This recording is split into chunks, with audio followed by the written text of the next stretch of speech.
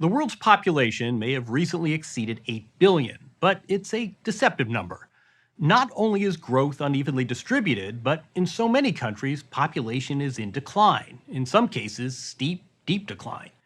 Maybe most graphically and demographically, there's Japan, a country that, since hitting a high of 128 million citizens in 2008, has lost population for 15 years running and is on pace to shrink by half by this century's end, despite government measures to halt the decline. This has huge impacts on the economy, the healthcare system, education, housing, national defense, immigration, the culture at large. Governments can control interest rates and inflation rates. Stimulating birth rates is far harder. We report from the land of the rising sun, now also the land of declining sons and daughters. The story will continue in a moment. Ichinono, Japan sits regally, wedged between mountains an hour and a half west of Kyoto. Its listed population just shy of 50. But if it seems like more, it's for good reason. The village comes embroidered with 40 lifelike puppets. In the middle of town, on a playground, pedaling off toward the woods. It's lonely here. Back in my day, the village was full of kids. Shinichi Moriyama is the town puppet master, overseeing the making and then scattering of dolls throughout Ichinono, populating a depopulating village. You say it's lonely here. Are the puppets a way to make things a little less lonely? Puppets are no substitute for people, of course, but making them cheers us up. This is as good a snapshot as any of Japan's demographic crisis. There are hundreds of communities here fading like Ichinono. Do you think there might come a day when the puppet population exceeds the human population? So, if things keep going the way they are right now, of course our population will decrease. Maybe it'll go down to 40, or maybe 30. But at the same time, my ability to continue making puppets is finite. So yes, I am deeply worried about the future of our village. Modern Japan sounds like a sci-fi premise. The incredible shrinking country. Go-Go Tokyo is the world's largest city, and Japan has one of the world's longest national life expectancies, 85 years. But it's also losing population at a staggering rate. Last year, more than 2 people died for every new baby born, a net loss of almost 1 million. Today, Japanese buy more adult diapers than buy baby diapers. Is there a more urgent issue in Japan right now than this demographic crisis? There are climate change, government deficit, but if there's no people living in Japan, it's all relevant. Climate change and government deficits and the military if you don't have people living here. That's right. The central door is only for the emperor when he... A longtime high-ranking minister in Japan's parliament, Taro Kono, was nearly elected prime minister in 2021 and says he intends to seek the highest office again. What does Japan look like if it continues to shrink like this? There are less and less number of young generation, and all the burdens are on the young generation, and they won't be able to sustain. So society is going to be breaking up. Economy is just going to stagnate. Even for self-defense force, last year, we recruited only half of what we need. The Japanese military. You feel it. Declining population is hardly unique to Japan. Name a country outside Africa, and odds are good it's losing people, or about to. In the U.S., the fertility rate is at an all-time low. Donald Trump has declared the collapse of fertility a crucial threat to the West. Kono wishes his country had been better prepared. Every sector, even in the government, there's a labor shortage. And we really need to invest in technology to replace the human being. But we are still slow to do that. The alternative is to open up the country to foreign immigrants. But there's some psychological barrier to open up the country. What do you mean by that? Well, I mean, the Japanese have been very homogeneous.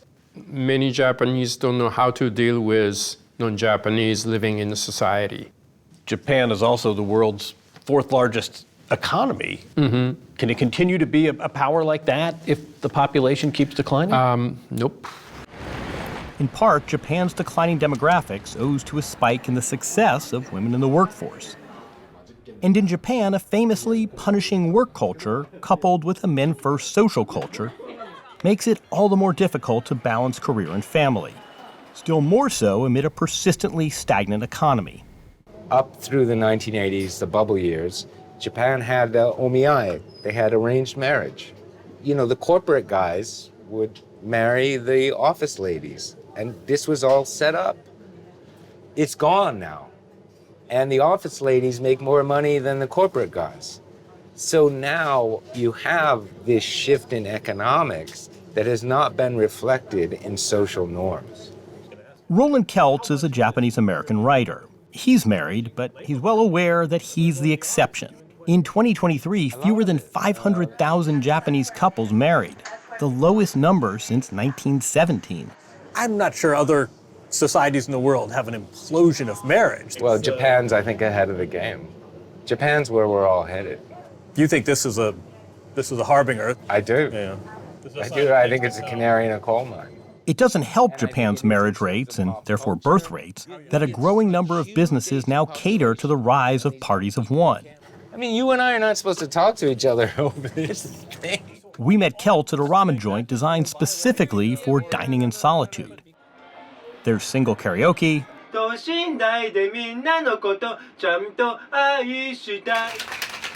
we visited a bar open only to those arriving stag.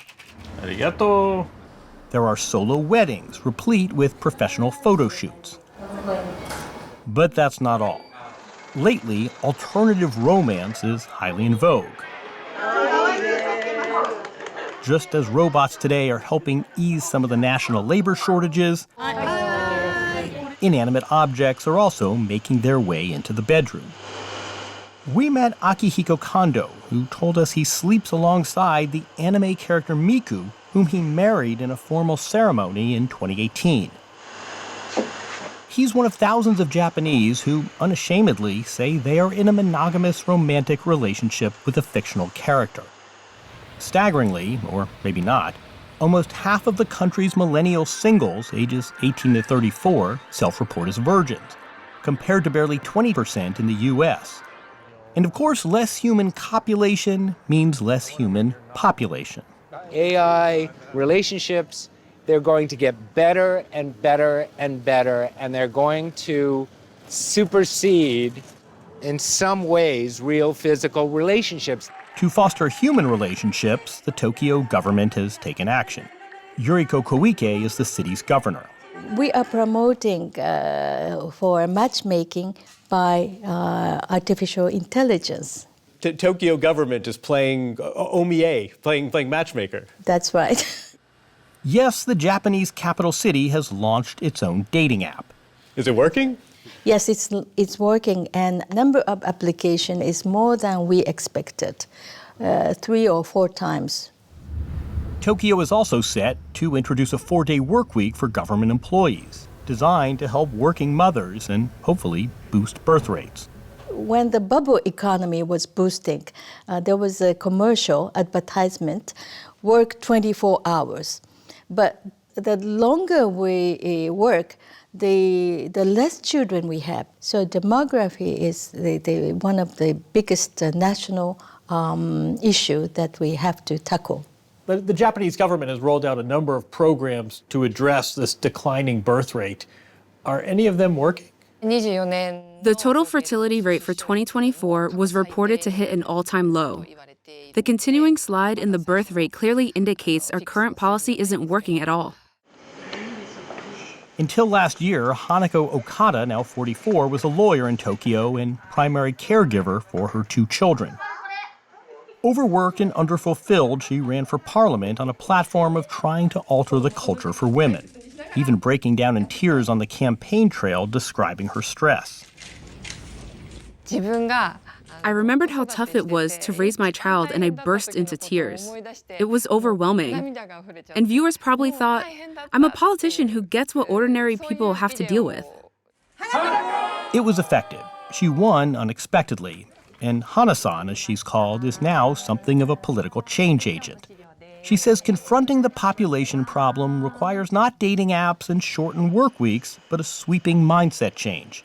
In particular, a rethinking of living in urban areas, as 92% of Japanese currently do.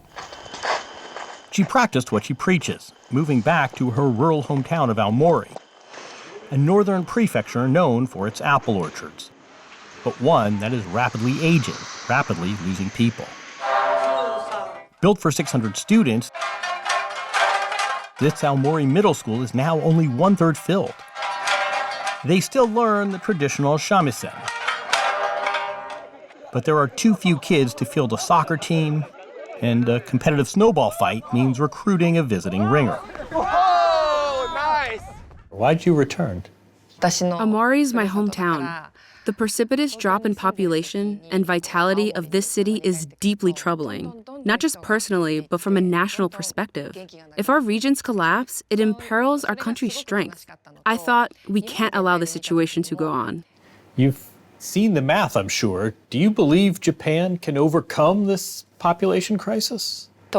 We need to stop the overconcentration of people in Tokyo. In the rural areas, we need interesting jobs with decent pay that allow young people to support themselves. Her thinking, once there are more jobs in rural areas, the younger people will come. Once they come and experience the space, the slower rhythms, the quality of life, they'll be motivated to start families. The values of our younger generation are gradually shifting. Tokyo is no longer the be-all, end-all. One such Japanese family that agrees, the Katos. They recently exchanged city life for this spacious house in Ichinono, land of puppets. Their son Koronosuke was the first baby born in the village in more than 20 years.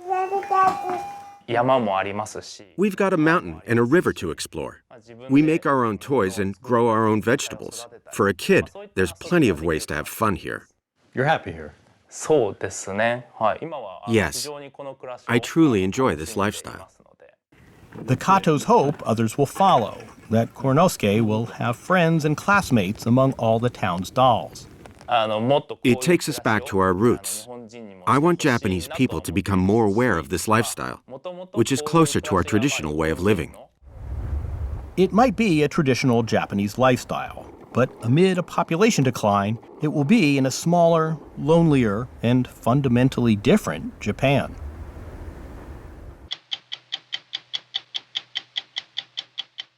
The historically low birth rate in the United States. There's a society-wide shift. At 60minutesovertime.com. Some indication